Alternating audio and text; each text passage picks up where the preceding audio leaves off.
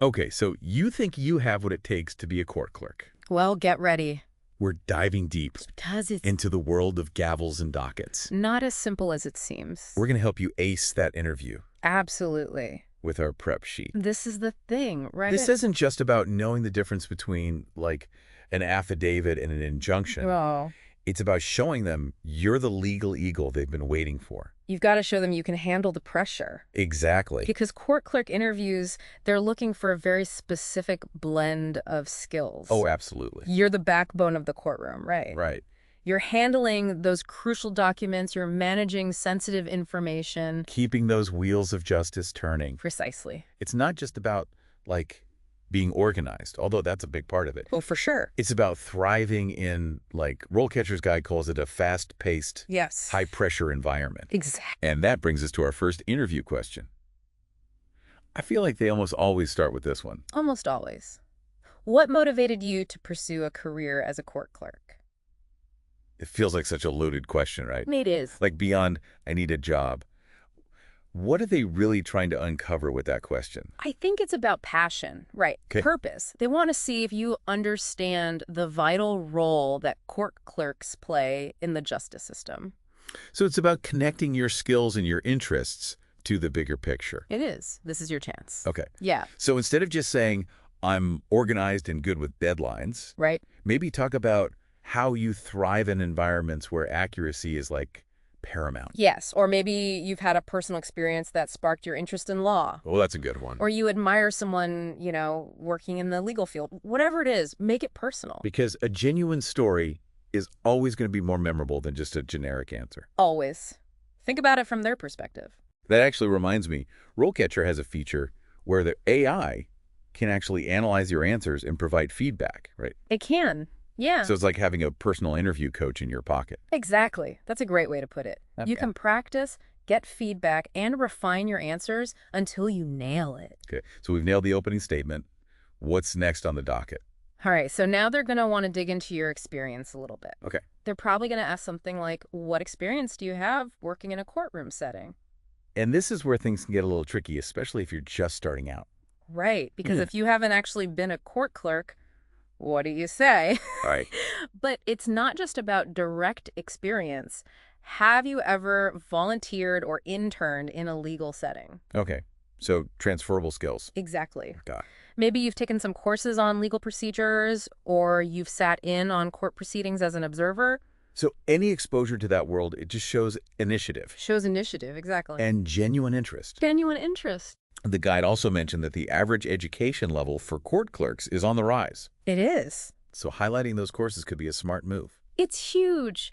It shows you're committed to your professional development, that you're staying ahead of the curve. Which is important. Which is so important in this field because things change so rapidly. Right. New technology, new legislation, procedures are always evolving. Exactly. And speaking of technology, it's not all just paper files and gavels anymore, right? Right. No more, like, rummaging through dusty old books. Exactly. So be prepared for them to ask about your tech skills. They're going to want to know, like, what court software are you familiar with? Exactly. And this is where you can really shine if you've got experience with specific systems. For sure. And even if you don't have direct experience with the software they're asking about, Right. you can still mention, like, your general computer skills, your ability to learn new programs quickly, and your comfort navigating digital databases. Exactly. Because in this role, you need to be adaptable and quick on your feet. Okay, let's shift gears a little bit to a heavier topic. Confidentiality. I imagine that's a major, major concern in a courtroom setting. Oh, absolutely. You're dealing with people's lives, legal cases, highly sensitive information. So they're going to ask about it, like, how do you handle confidential information? Oh, 100%. What are they looking for in an answer to that question? They want to hear that you understand the gravity of the situation, right? That you have a deep understanding of the ethical and legal ramifications. So using keywords like discretion, protocol, chain of command. Exactly. And if you can mention specific regulations, even better. Right, like COMA HIPAA. Exactly. Explain what it means, how it applies to your work. It shows them you take confidentiality seriously. And it's not just about what you say, it's about how you say it, right? Absolutely. Body language is key. Confidence, composure, making eye contact. These things matter. And this is where Again, RoleCatcher's AI can be really, really helpful 100%. because they can actually analyze your tone and delivery during those practice sessions. They can pick up on things that you might not notice, like hesitation or lack of confidence, which could be red flags for interviewers. So practicing with the AI, it can help you refine not just your answers, but like your overall presence as well. Exactly, your whole demeanor. It's about projecting that sense of, I've got this, but also I'm open to learning and growing. Exactly. It's a fine line. But speaking of learning and growing, let's talk about continuous learning. Oh, yeah. Big one in any field, but especially, I imagine, in the legal world. Absolutely. Laws change, precedents are set, you've got to stay ahead of the curve. So how can aspiring court clerks make sure they're not showing up to the 21st century with like a 20th century playbook? Be ready for that question in the interview. How do you stay current with changes in court procedures and rules? Okay, so they're going to ask it directly. Oh, yeah. They want to see that you're proactive, Makes sense. that you're committed to continuous improvement. So it's not just about like keeping up with technology, although I imagine that's a big part of it. It is. New software, case management systems, online research databases. Right, because it's not all like dusty law books and quill pens anymore. Exactly. But beyond technology, you've got to stay on top of new legislation, new case law. Okay, so how do you even begin to do that? Like, where do you even start? Professional development is key. Hmm. Do you subscribe to legal journals? Attend industry conferences? So showing them that you're actively seeking out information, you're engaged. Exactly. Are you part of any professional organizations? Because those organizations often have like newsletters, webinars, things like that. Exactly. It's all about demonstrating that you're committed to staying current and relevant in a constantly evolving field. And it's an investment in yourself, really, right? 100%. And it could be the difference between getting that job offer and getting passed over. Now, this actually reminds me of something RoleCatcher offers. Oh, right. Their platform has a whole section dedicated to continuing education resources. Specifically for court clerks. Yes. They even have partnerships with online learning platforms so you can boost your skills without breaking the bank. That's fantastic.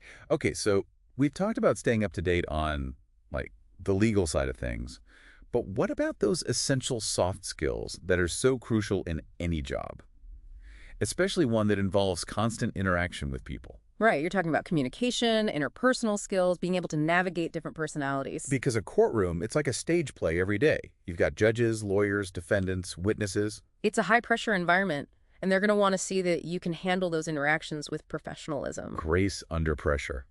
Okay, so thinking back to our list of potential interview questions, any tips on how to specifically tackle that question about dealing with difficult colleagues or supervisors? Choose your story carefully. You want to show that you can handle conflict constructively. Not just, like, badmouth a former coworker. Right.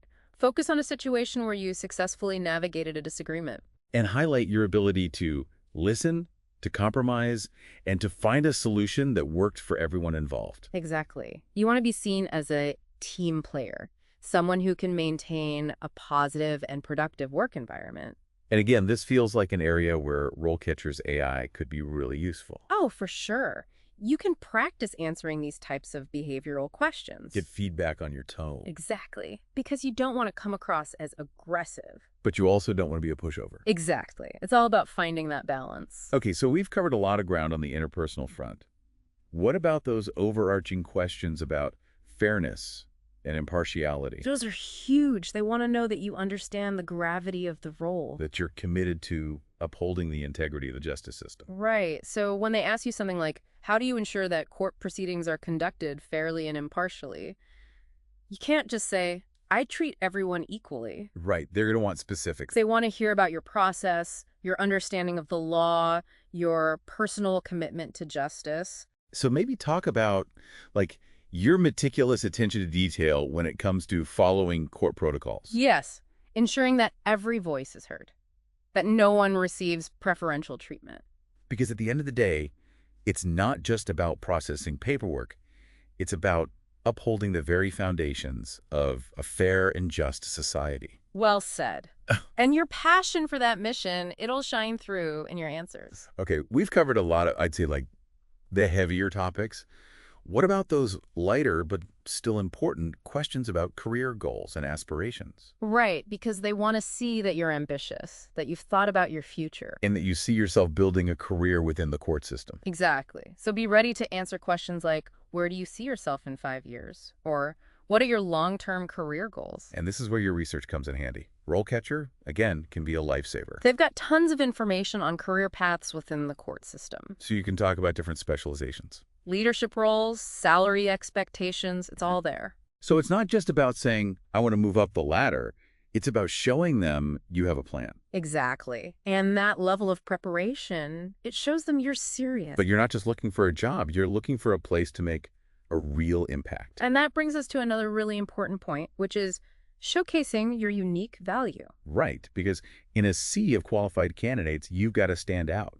It's about standing out, making them remember you, even after, they've interviewed 20 other people. Exactly. And the key is to showcase your unique blend of skills and experiences, right? Okay. But you have to tailor it to the specific court and the role that you're applying for. So it's not just a one-size-fits-all approach. No, not at all. Think of it like this.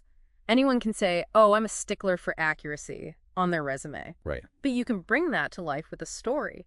Tell them about a time that you caught a crucial error that saved the court time and resources. Ooh, I like that. Or maybe, your incredible organizational skills, they helped streamline some chaotic process. Exactly. It's all about those little anecdotes that make you memorable. Okay, so stories, check.